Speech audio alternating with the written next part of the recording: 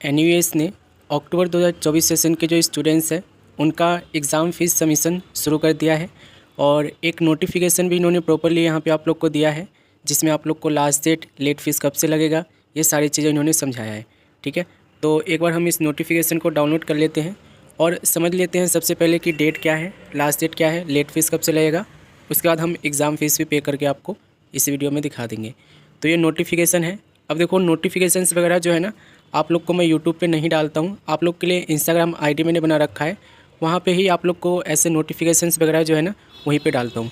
Instagram ID पे मैंने कल ये डाल दिया था रात में, और अगर आप कनेक्टेड होंगे तो आपको पता चल गया होगा।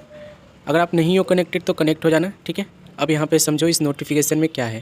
देखो नोटिफिकेशन में क्या बोल रहे हैं, ये देखो नोटिफिकेशन में ये बोल रहे हैं आप लोगों से, the next public examination of NUS for secondary and senior secondary courses is scheduled to conducted during October-November 2024. The schedule for registration and payment of examination fees for secondary and senior secondary courses of this examination is under। नीचे date बताया गया है। ठीक है, सारा date important है, यहाँ पे देखते चलना। तो सबसे पहले ये बता रहे हैं विदाउट लेट फीस कब तक आप लोग एग्ज़ाम फ़ीस पे कर सकते हो।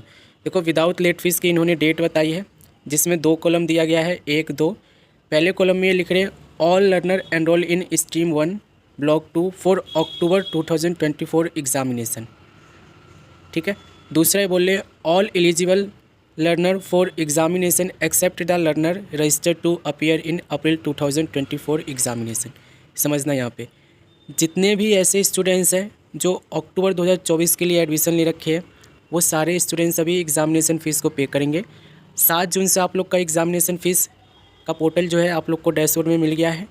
6 जुलाई तक बिना कोई लेट फीस के आप लोग का पेमेंट चलेगा।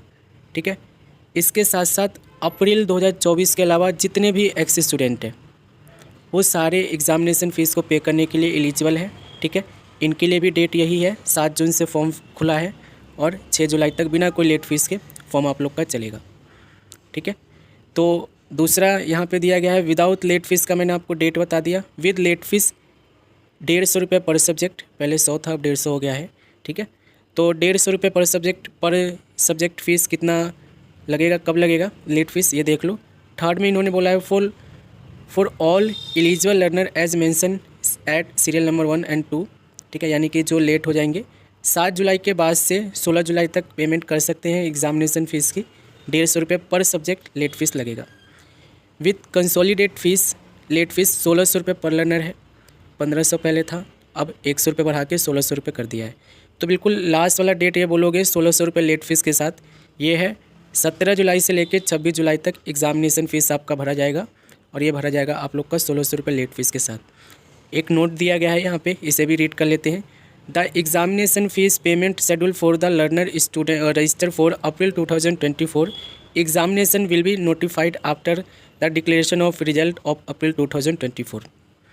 अभी जो ये एग्ज़ामिनेशन फॉर्म खुला है ना, ये सिर्फ किन के लिए खुला है, जो अक्टूबर 2024 के एग्ज़ाम में बैठने वाले हैं उनके लिए, और जो एक्स स्टूडेंट है, एक्स स्टूडेंट कौन से, जो अप्रैल 2024 के स्टूडेंट्स नहीं है, बाकी जितने भी एक्स स्टूडेंट हैं 2023 के हैं, 2022 के हैं, 2020 के हैं, 2021 के हैं, सभी एलिजिबल है एग्ज़ामिनेशन फॉर्म को फिल करने के लिए। अप्रैल 2024 के स्टूडेंट्स अभी एलिजिबल नहीं है एग्ज़ामिनेशन फ़ीस को पे करने के लिए। क्यों नहीं है? क्योंकि इनका रिजल्ट नहीं आया है। जब तक रिजल्ट नहीं आएगा तब तक ये एग्ज़ामिनेशन फॉर्म को नहीं भर सकते। डेट सारी समझ में आ गई है, लिखता भी गया हूँ साथ में। अब चलो एग्ज़ामिनेशन फॉर्म को फिल करते हैं और पेमेंट करके दिखाते हैं। तो एग्ज़ामिनेशन फ़ीस को पे करने का सबसे पहला मेथड मैं आपको बता रहा हूँ, जो कि है आप लोग के डैशबोर्ड के रास्ते होगा। ठीक है, तो आपको करना क्या है, सबसे पहले लॉगिन करना है। लॉगिन करना सभी को आता है। लॉगिन करोगे और अपने डैशबोर्ड में आओगे, और यहाँ पे ना आप लोग को पब्लिक एग्ज़ाम में एक लिंक मिल जाएगा, पे पब्लिक एग्ज़ाम फ़ीस अक्टूबर 2024। ठीक है, तो आपको सिंपली इस पर क्लिक करना है। क्लिक करने के बाद देखोगे कि आपके सामने आपकी डिटेल आ जाएगी। यहाँ पर आप लोग को ये सब्जेक्ट बता देगा कि आप कौन कौन से सब्जेक्ट में एग्ज़ामिनेशन फ़ीस को पे करने के लिए एलिजिबल हो। सब्जेक्ट देख लेना कौन से सब्जेक्ट का एग्ज़ाम फ़ीस पे करना है आपको। ठीक है, और कुछ नोट भी दिया गया है, इसे पढ़ लो। 2 साल का गैप होना चाहिए। ठीक है, और कौन कौन से स्टूडेंट्स एग्ज़ाम फॉर्म को भर सकते हैं वो भी यहाँ पे समझाया गया है। तो यहाँ पे देखो, मैं पढ़ देता हूँ एक बार।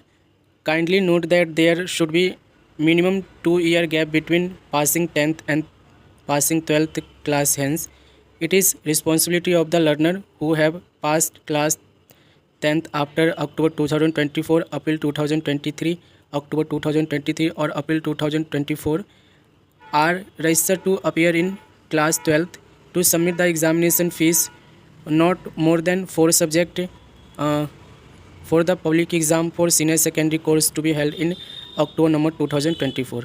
देखो इस नोटिफिकेशन का मतलब मैं क्लियरली समझा दूँ आपको। अगर आपका 2 साल का गैप नहीं है 10वीं क्लास और 12वीं क्लास के बीच में, जैसे कि 10वीं क्लास अगर आपने 2021 में की हो तो 12वीं क्लास आपका 2023 में होना चाहिए। ये होता है 2 साल का गैप। अगर ये गैप नहीं है ना तो मैक्सिमम 4 सब्जेक्ट का ही एग्ज़ाम फीस भर सकते हो। अगर गैप है तो फिर आप 5 सब्जेक्ट का, 7 सब्जेक्ट का, जितने भी सब्जेक्ट ले रखे हो सभी का एग्ज़ाम फीस भर सकते हो। तो सब्जेक्ट यहाँ पे सिलेक्ट कर लेना जो भी आपको एग्ज़ाम फीस भरना है, ठीक है।